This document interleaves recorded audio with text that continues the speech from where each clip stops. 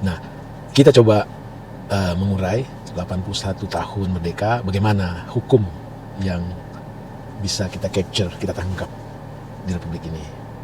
Tentu Anda semua sepakat bahwa main problem kita adalah soal hukum ini. Aku udah hidup yang secara bisa menangkap realitas setidak-tidaknya dari presiden kedua Republik ini sampai ke presiden ke-8 saat ini, Pak Prabowo Subianto. Dan aku bersaksi bahwa korupsi saat ini jauh lebih parah, luar biasa. Uang yang menurut pendapat publik adalah sumbernya dari rasuah, ternyata itu di cover untuk tujuan dakwah. Di panggung depan kita hanya bisa melihat realitas-realitas yang lucu untuk soal temuan uang ini.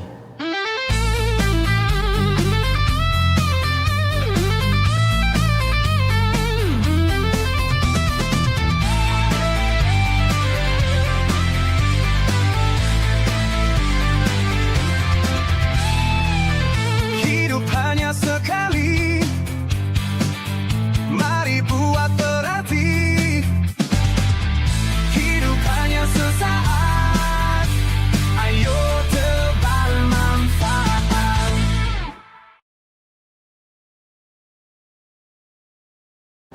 Assalamualaikum warahmatullahi wabarakatuh.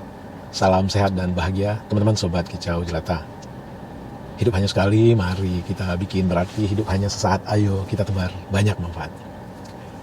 Teman-teman, ini adalah penghujung bulan Juli, dan insya Allah beberapa hari ke depan kita akan memasuki bulan Agustus, bulan di mana negeri ini memproklamirkan kemerdekaannya. Dan tentu usia Republik di tahun 2026 nanti itu mencapai 81 tahun. Usia yang bagi sebuah bangsa, bagi sebuah peradaban tidaklah terlalu lama, tapi bagi seorang manusia itu sudah uzur.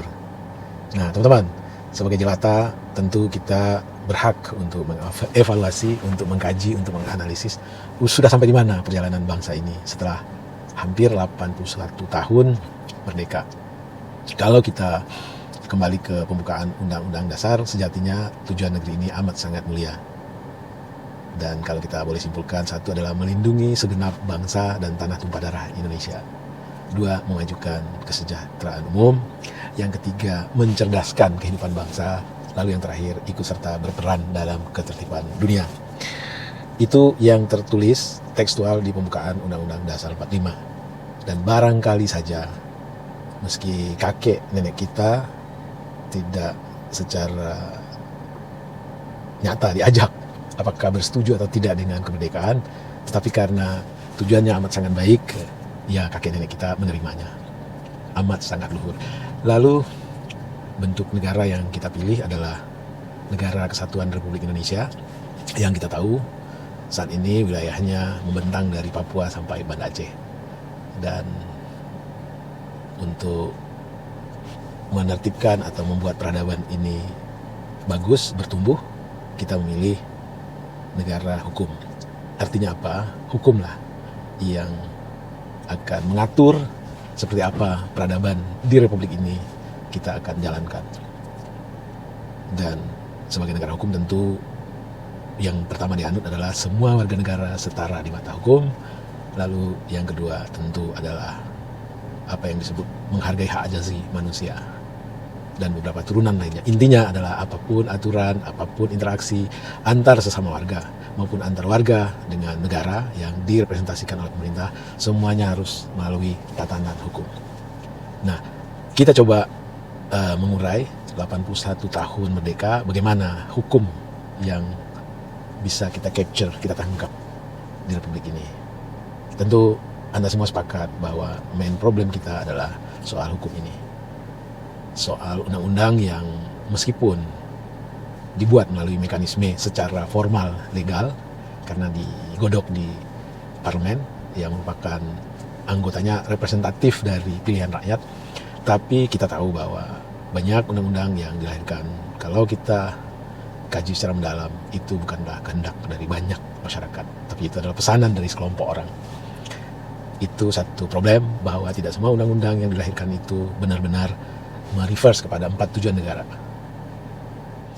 Lalu yang kedua, bagaimana dengan aparat hukum? Kalau kita lihat bangun criminal justice system di Republik ini, itu ada istilahnya itu segitiga.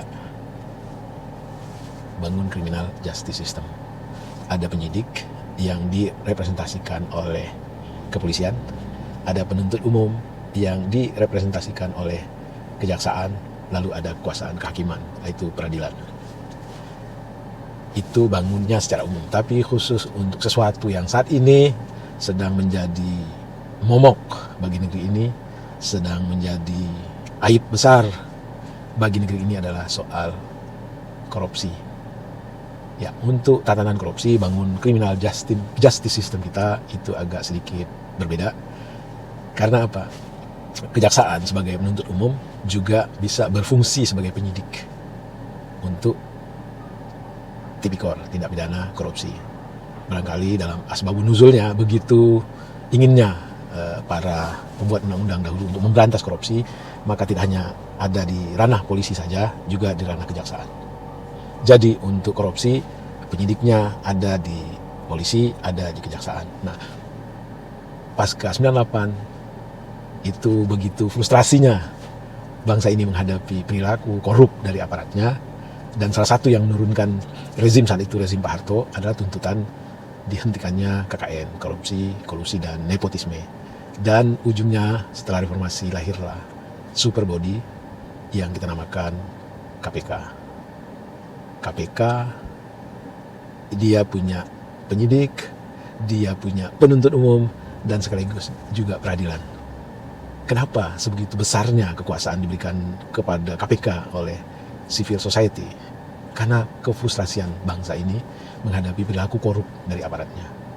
Polisi dan jaksa yang punya otoritas untuk katakanlah menekan, menertibkan korupsi ternyata tidak mampu, dan bangsa ini hampir saja bubar.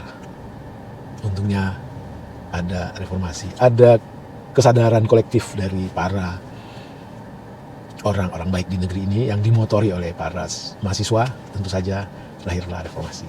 Nah, sekarang reformasi sudah berumur, ya mungkin udah dewasa lah kalau untuk kita analogikan sebagai manusia. Tapi apakah korupsi habis, hilang di negeri ini? Ternyata tidak, dan itu makin parah. Aku udah hidup yang secara bisa menalar, menangkap realitas setidak-tidaknya dari presiden kedua Republik ini sampai ke presiden ke-8 saat ini, Pak Prabowo Subianto. Dan aku bersaksi bahwa korupsi saat ini jauh lebih parah dari korupsi setidak-tidaknya 6 rezim sebelumnya. Di bulan Juli ini kita ambil contoh, ada satu peristiwa luar biasa yang menggegerkan negeri ini, yang membuat kita kaget, marah, jijik, benci. Apa itu? Ya, kita tahu di awal Juli ada serentetan tindakan penggeledahan yang dilakukan oleh Polri di beberapa titik, dan hasil penggeledahan tersebut membuat perut kita mual. Kenapa? Ada uang hampir 1,5 triliun, 500 miliar, dan ada emas lebih dari 70 kg, lebih dari berat emas yang ada di puncak Monas. Dan itu terkait atau dikaitkan dengan seorang aparat penegak hukum, yaitu Jam Pitsus yang bernama Febri Adriansyah. Dan kita dipertontonkan satu drama yang kelihatan di panggung depan sepertinya polisi gamang. Pasca penggeledahan, lalu masyarakat, wartawan menanti rilis apa yang mereka temukan. Ya, meskipun sudah beredar video apa yang mereka temukan dalam penggeledahan tersebut, tapi rilis resmi siapa tersangkanya. Lebih dari 4 jam, ruang konferensi pers udah disiapkan, barang bukti udah digelar, tapi announcement, katakanlah jumpa pers dari aparat kepolisian tidak jadi dilakukan, padahal orang sudah menunggu.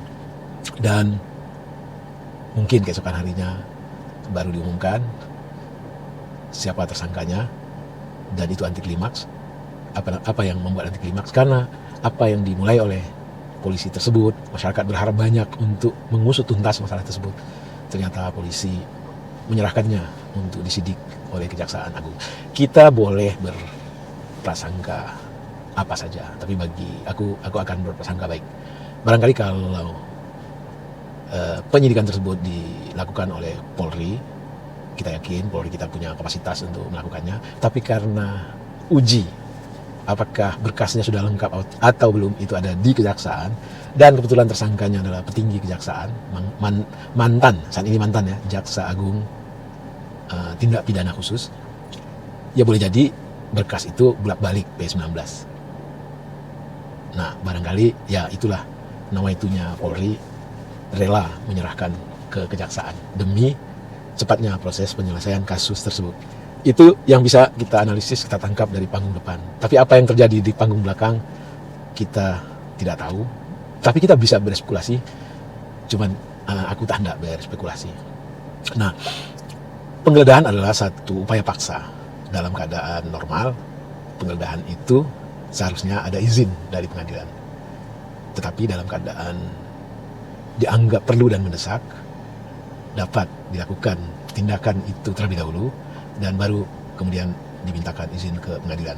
Dalam konteks penggeledahan 13 titik yang terkait dengan katakanlah Jampitsus, kita tidak tahu apakah sebelum melakukan penggeledahan Polri telah memintakan izin kepada pengadilan negeri atau dianggap penggeledahan tersebut adalah upaya dalam keadaan perlu dan mendesak. Wallahu alam. Lalu kita juga melihat ada peristiwa si dalam tanda petik saat ini sudah tersangka Febri Adriansah, saat itu dia masih menjabat sebagai Jaksa Agung Muda Tindak Pidana Korupsi. Dia muncul ke depan publik. Ada 3 poin yang dia sampaikan, bahwa sampai saat itu dia masih melaksanakan tugasnya, masih diberi penugasan sebagai Jaksa Agung Muda. Yang kedua, dia mengakui bahwa rumah yang disentul memang benar rumahnya. Tapi yang ketiga, dia mengatakan bahwa uang emas yang ditemukan di rumah tersebut bukan miliknya, itu ada orangnya. Tapi dia tidak menyebutkan siapa orangnya. Lalu peristiwa berikutnya kita lihat pasca penyerahan kasus oleh polisi ke Kejaksaan Agung. Kejaksaan Agung menerbitkan surat perintah penyidikan dan yang jadi tersangka adalah Don Rito ya. Sementara Febri tidak. Tapi beberapa saat kemudian rilis di Ralat, Febri Adriansah juga tersangka. Itu yang kita tangkap di panggung depan. Di panggung belakang kita tidak tahu. Lalu beberapa saat kemudian Febri diperiksa dan kita tahu yang dia tunjuk sebagai pengacaranya adalah Hotman Paris Hutapea dan ada satu orang pengacara lagi. Dan pasca pemeriksaan Febri, Hotman mengadakan jumpa pers. Dan menurut aku, jumpa pers yang dilakukan Hotman, ruang yang diberikan oleh kejaksaan lebih daripada ruang yang diberikan kepada katakanlah pengacara-pengacara korupsi lainnya.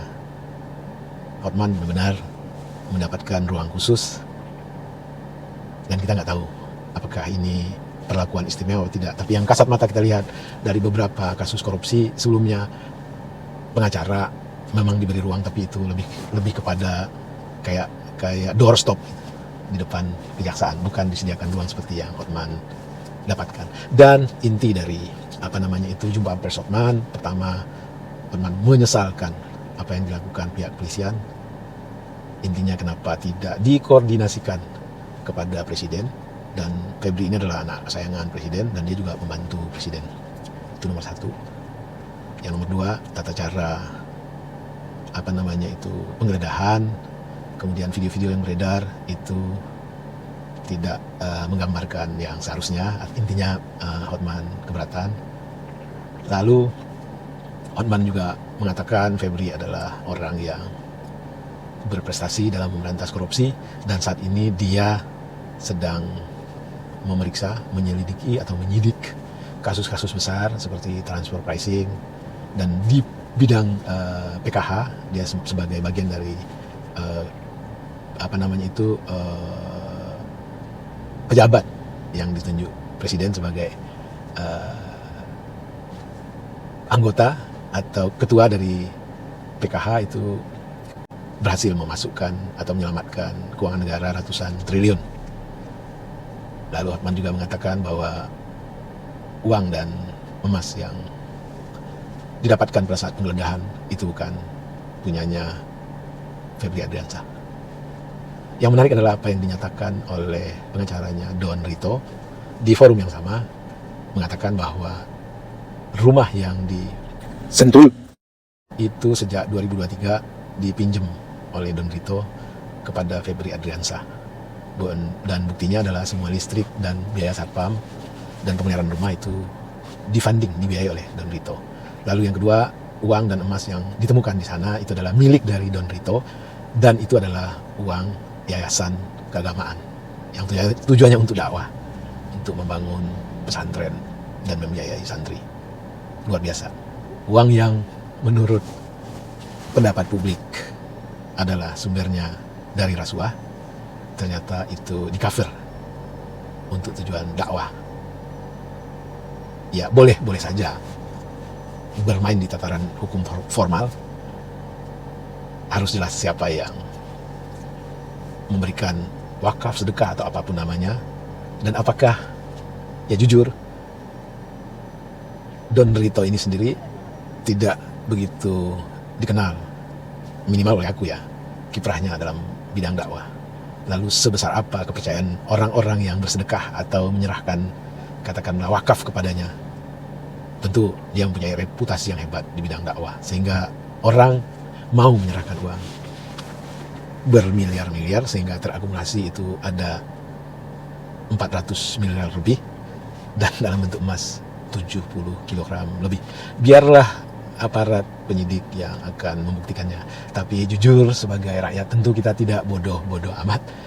Tentu kita punya akal waras. Rasa-rasanya kok, kalau misalnya benar ini ada pengusaha yang menyerahkan untuk kepentingan dakwah, perlu juga dicari tahu pengusaha tersebut. Dari mana sumber uangnya, apakah itu, tentu dari penghasilannya, apakah itu sudah bayar pajaknya. Jadi ini eskalasinya akan panjang, dan masyarakat tentu tidak diam. Masyarakat akan selalu meramaikan, apalagi netizen Indonesia. Dan aku juga yakin civil society, orang yang paham hukum, tidak akan tinggal diam. Teman-teman, sebenarnya ada, pertama kita sepakat dulu bahwa salah satu yang membuat bangsa ini tidak tumbuh, tidak maju-maju, jalan di tempat, bahkan cenderung peradabannya makin mundur di bidang korupsi makin parah, adalah soal hukum. Sebenarnya ada dua peluang di masa Pak Prabowo ini untuk membasmi, menuntaskan apa yang oleh presiden sebelumnya tidak tuntas. Dan ini juga sering menjadi narasi Pak Prabowo sebelum jadi presiden. Hukum di negeri ini yang tidak jelas, tidak memberikan kepastian, tidak memberikan keadilan, menimbulkan kekecewaan luar biasa kepada masyarakat, tidak memberikan iklim yang kondusif bagi para investor. Dan di era Pak Prabowo ada dua pintu masuk. Kita tahu masalah utamanya soal hukumnya, oke, ada yang perlu diperbaiki. Tetapi sejelek apapun hukum, kalau aparat penegak hukumnya benar, insya Allah outputnya itu akan memuaskan rasa keadilan masyarakat. Sekali lagi, ada dua pintu masuk yang menyangkut hukum dan bisa menjadi katakanlah cara bagi Pak Prabowo untuk membersihkan yang namanya apa yang kita sebut mafia hukum. Ini kayak kentut, baunya kental, tapi susah mencari sumbernya. Dan ada dua kesempatan, tapi sayang yang pertama dilewatkan begitu saja. Yang kedua ini yang soal kasus hasil penggeledahan Polri ini, mudah-mudahan tidak dilewatkan oleh Pak Prabowo. Yang pertama itu adalah kasus apa yang diledakkan oleh Kejaksaan Agung, dan Jan Pitsus adalah komandannya waktu itu, yaitu apa yang ditemukan dalam penggeledahan rumah Zaruf Richard. Zaruf ini adalah seorang mantan pegawai di EMA, dan di rumahnya ditemukan uang 900 miliar lebih, dan emas kalau nggak salah 60 kilo lebih. Uang dalam bentuk cash, dalam bentuk ada rupiah dan mata uang asing, serta emas, disimpan di rumah, di bawah bantal, coba. Dan apa pemicu kenapa rumahnya digeledah itu terkait dengan kasus suap hakim di Surabaya sana, dan kasusnya adalah pembunuhan. Dan teman-teman tahu Zarov dituntut oleh Jampitsus dengan pasal gratifikasi. Coba, padahal itu adalah pintu masuk. Nggak akan mungkin uang 900 miliar lebih itu dan emas segala macam itu tidak terkait dengan banyak kasus yang dia garap di MA. Nggak mungkin, karena salah satu kasus yang mengakibatkan dia dijerat itu ya kasus dengan hakim di Surabaya. Lalu kenapa tidak ada tersangka lainnya di kalangan Mahkamah Agung? Padahal sekali lagi itu adalah pintu masuk. Kita berandai saja, kalau uang dan emas yang ada di Zarov Richard itu bagian dari sukses fee dia karena berhasil memakelari kasus, ada berapa banyak lagi uang di luar sukses fee. Katakanlah misalnya deal 10, kalau sukses fee-nya 30%, yang ada di Zarov itu hanya 30%, yang 7%-nya ada di siapa yang memutus. Sekali lagi, itu sebenarnya adalah jembatan emas untuk menertibkan mafia hukum atau para aparat hukum yang bermasalah di ranah yudikatif. Yang sebenarnya itu di luar ranah eksekutif. Tetapi kejaksaan dan polisi itu ranah eksekutif. Jadi dengan memanfaatkan kompetensi atau otoritas sebagai presiden, kejaksaan ini kan di bawah presiden. Presiden bisa menertibkan ranah yudikatif. Pintu masuknya siapa? Zarov Richard. Bagaimana komunikasinya dari handphonenya, dokumen apa saja yang ditemui, apa yang ada di emailnya, dan dengan uang pun bisa dikejar follow the money, di money changer mana dibeli, siapa yang membeli, bagaimana membayarnya, lalu berapa jumlah yang ditukarkan dibeli, dan segala macam. Masa sih kita mau ngajarin penyidik bagaimana menginvestigasi satu perkara? Intinya, sebagai rakyat jelata, aku sangat sedih sekali momen itu tidak dimanfaatkan oleh Pak Prabowo. Lalu momen yang kedua saat ini, ada uang hampir setengah triliun, ada emas 70 kg lebih, bertali di rumah seorang aparat penegak hukum, jaksa agung muda. Kaji itu, cari tahu itu. Oke, ada dalih ini untuk dakwah dan segala macam, tapi kan kita nggak bodoh-bodoh amat lah, nggak bego-bego amat lah. Pasti ada udang di balik batu, pasti ada sesuatu. Di panggung depan, kita hanya bisa melihat realitas-realitas yang lucu untuk soal temuan uang ini. Kenapa lucu? Ada fakta. Dari hasil penggeledahan ditemukan uang demikian banyak, itu bertali temali kepada seorang aparat hukum yang namanya Jaksa Agung Muda Tindak Pidana Khusus, yang tugasnya adalah memberantas korupsi. Lalu Polri tidak meneruskan, tetapi diserahkan ke Kejaksaan Agung. Kenapa bukan ke KPK? Itu kan lebih elok. KPK punya menyidik, dia bisa menyidik.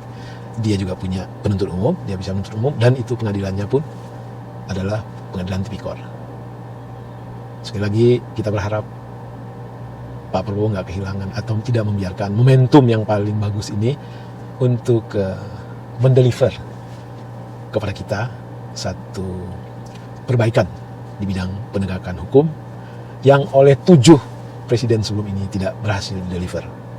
Dan masalah ini adalah masalah yang benar-benar implikasinya luas terhadap bagaimana bangsa ini bisa menjemput, merealisasikan janji yang dideklarasikan dengan cantik di pembukaan Undang-Undang Dasar 45. Masalah hukum, masalah yang juga bagian dari membuat investor enggan untuk menanamkan modalnya di Republik ini. Sekali lagi kita berharap momentum yang bagus ini benar-benar dimanfaatkan untuk mendeliver hadirnya hukum yang benar-benar sesuai dengan tujuan kenapa kita memilih negara hukum, yaitu untuk membangun peradaban yang sesuai dengan hak asasi manusia. Salam sehat dan bahagia. Wassalamualaikum warahmatullahi wabarakatuh.